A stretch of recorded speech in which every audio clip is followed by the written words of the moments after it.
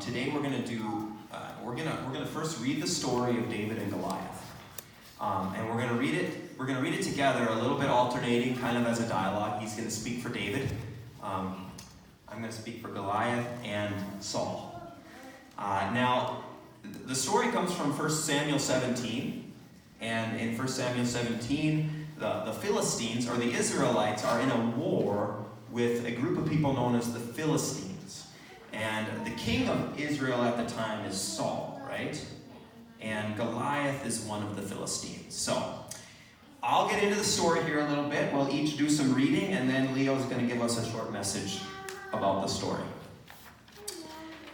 The Philistines gathered their army together for war. They lined up their men to fight against the Israelites, then lined up their men to fight against the Philistines. The Philistine army was camped on one hill, Israel's army was on the other. The valley of Elah was between them. A mighty hero named Goliath came out of the Philistine camp. He was from Gath. He was more than 9 feet tall. He had a bronze helmet on his head. He wore bronze armor that weighed 125 pounds. On his legs he wore bronze guards. He carried a bronze javelin on his back. His spear was as big as a weaver's rod. Its iron weighed 15 pounds. The man who carried his shield walked along in front of him. Goliath stood there and shouted to the soldiers of Israel, and he said, "Why do you come out and line up for battle? I'm a Philistine. You are servants of Saul. Choose one of your men. Have him come down and face me. If he's able to fight and kill me, we'll become your slaves. But if I win and kill him, you will become our slaves and serve us." Goliath continued, "This day I dare the soldiers of Israel to send a man down to fight against me." Saul and the whole army of Israel heard what the Philistines said, and they were terrified. Early in the morning, David left his father's flock in care of a shepherd. David left what he had brought with the man who took care of his supplies, and he ran to the battle lines and asked his brothers how they were doing. As David was talking with them, Goliath stepped forward from his line. Goliath was a mighty Philistine. He again dared someone to fight him, and David heard it.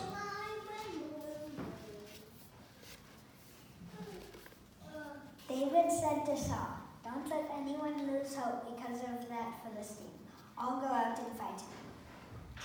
Saul then replied, "You aren't able to go out there and fight that Philistine. You are too young. He's been a warrior ever since he was a boy."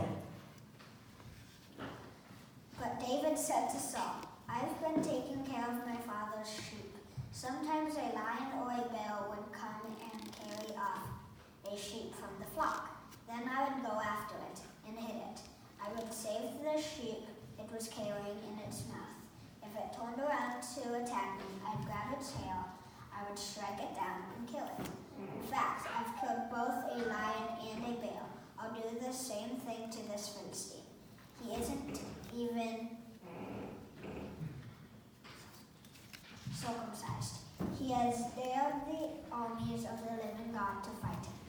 The Lord saved me from the paw of the lion. He saved me from the paw of the bear. He saved me from the powerful hand of this Philistine too." Saul then said to David, "Well then go, and may the Lord be with you." Then Saul dressed David in his own military clothes. He put a coat of armor on him. He put a bronze helmet on his head.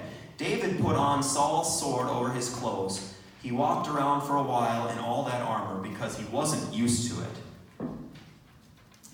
"I can't go out there in all this armor," he said to Saul. "I'm not used to it." So he took it off. Then David picked up his wooden staff. He went down to a stream and chose 5 smooth stones. He put them in the pocket of his shepherd's bag. Then he took a sling in his hand and approached Goliath.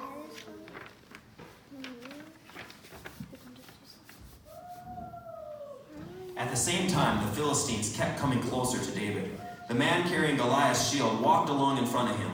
Goliath looked David over. He saw how young he was, and he also saw how healthy and handsome he was, and he hated him. He said to David, "Why are you coming at me with sticks? Do you think I'm only a dog?" The Philistine cursed David in the name of his gods. "Come over here," he said. "I'll feed your body to the birds and the wild animals." David said to Goliath, "You are coming to fight against me with a sword, a spear, and a javelin. But I'm coming against you in the name of the Lord who rules all over. He is the God of the armies of Israel. He is the one you have dared to fight against. This day the Lord will give me the victory over you. I'll strike you down. I'll cut your head off. This day I'll feed the bodies of the Philistine army to the birds and wild animals.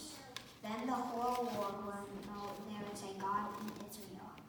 The Lord doesn't rescue people by using a sword or spear, and everyone here will know it. The battle belongs to the Lord. He will hand all of you over to us." As the Philistine moved closer to attack him, David ran quickly to the battle line to meet him. He reached into his bag. He took out a stone. He put it in his sling. He slung it at Goliath. The stone hit him on the forehead and sank into it. He fell to the ground on his face. So David won the fight against Goliath with a sling and a stone. He struck down the Philistine and killed him. He did it without even using a sword.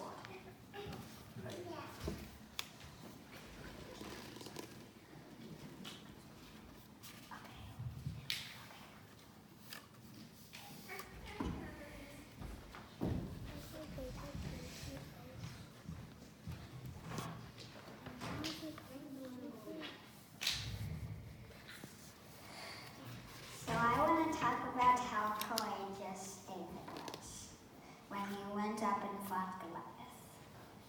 Because the whole army of Israel was terrified of Goliath. But David believed in the Lord, so he was able to defeat Goliath. And David said to Saul, "Don't let anyone lose hope because of that Philistine. I'll go out and fight him." And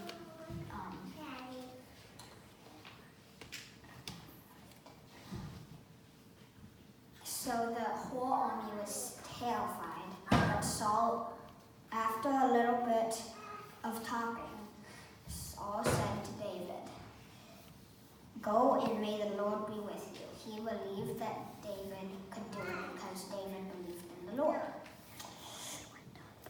When Goliath and David met, David said to Goliath, "You are coming to fight against me with a sword, a spear, and a javelin. But I'm coming against you in the name of the Lord who rules all over all." So David's weapon is the Lord, because the Lord is the most powerful weapon, and it is a great weapon to use because Goliath doesn't believe in God. So since Goliath doesn't believe in God and David does, David is more powerful to defeat Goliath. Because if David wouldn't believe in God, the little boy David would have died.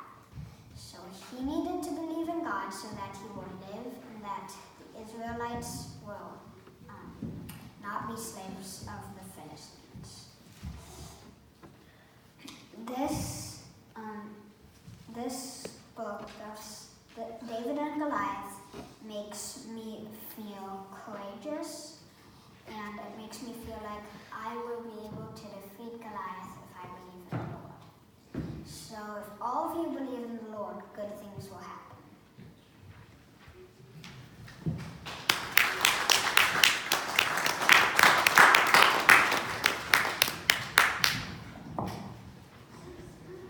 Thank you, Leo.